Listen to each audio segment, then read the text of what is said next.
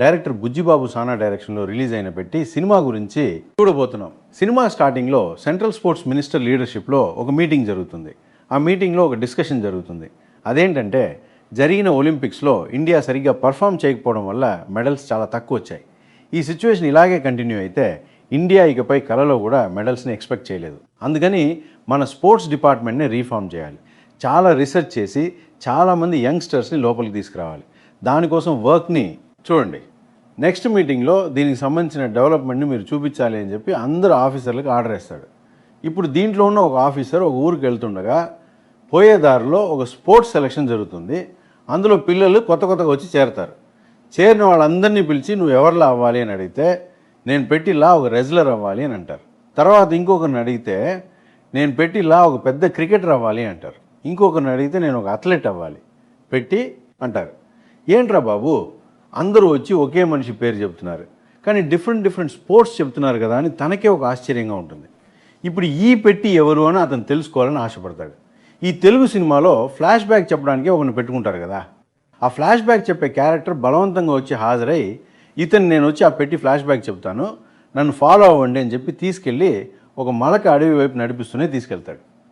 అది అతను వాడు చెప్పిన ఆ ఫ్లాష్ బ్యాక్ ఇంట్రెస్టింగ్గా ఉందా లేదా అన్నది పక్కన పెట్టు. ఈ కొండ ఎక్కేటప్పుడు వాళ్ళు పడ్డ కష్టం కంటే మనమే ఎక్కువ కష్టపడ్డాం. ఆ రేంజ్లో చావగొట్టారు ఆ ఫ్లాష్ బ్యాక్లో.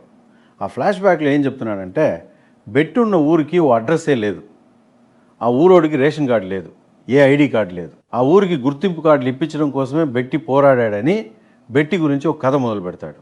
ఆ దారుణమైన కథ ఏంటి అన్నదే ఈ సినిమా కథ. ఈ కథ ఒక రియల్ స్టోరీ బేస్ చేసుకుని హిందీలో చందు ఛాంపియన్ అని ఒక సినిమా వచ్చింది.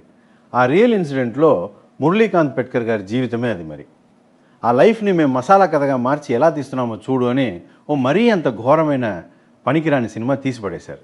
నేను ఇప్పుడు బెట్టి ఫ్లాష్ బ్యాక్ చెప్తారా అని తీసుకెళ్ళినోడు బెట్టి చేసిన వీర ధీర కార్యాలన్నీ వివరిస్తాడేమో అని ఆశగా మనం ఎదురు చూస్తూ కూర్చుంటే వాడు ఆ స్పోర్ట్స్ ఆఫీసర్ దగ్గర బెట్టి లైట్ ఆపేసి జాన్వీ కపూర్ దగ్గర ఏవేవో గజిబిజి పనులన్నీ చేశాడనే మ్యాటర్లన్నీ చెప్పుకుంటూ ఉన్నాడు. ఆ ఆఫీసర్ లాగానే మనం కూడా ఈ మ్యాటర్ కథలన్నీ అయిపోయాక అసలు పాయింట్కి వస్తాడేమో అనుకుని మనం కూడా వెయిట్ చేస్తే వాడు మళ్ళీ ఆ మ్యాటర్ కథనే చెప్పి ముగిస్తాడు. అప్పటికే చూస్తే ఊళ్ళో ఒకటి జెండా ఊపుకుంటూ రైలు కింద పడి చచ్చిపోతాడు. స్టార్టింగ్లో హీరో క్రికెట్ ప్లేయర్గానే ఉంటాడు. అందులో పెద్దోడు అవ్వాలంటే పుట్టుకతోనే కొన్ని ఎలిజిబిలిటీస్ లేకపోవడం వల్ల అందులో పెద్దోడు కాలేడని తెలుసుకుని ఇప్పుడు చూడండి ఏమవుతుందో. అతను రెజ్లింగ్కి వెళ్తాడు. రెజ్లింగ్కి వెళ్తే కోచ్ ఎవరు తెలుసు కదా, శివరాజ్ కుమార్ని చూపిస్తారు. ఒక పిల్లాడిని పిలిచి ఇతన్ని రెజ్లింగ్ కోచ్గా చూపించచ్చా అంటే అని తల ఊపేస్తుంది.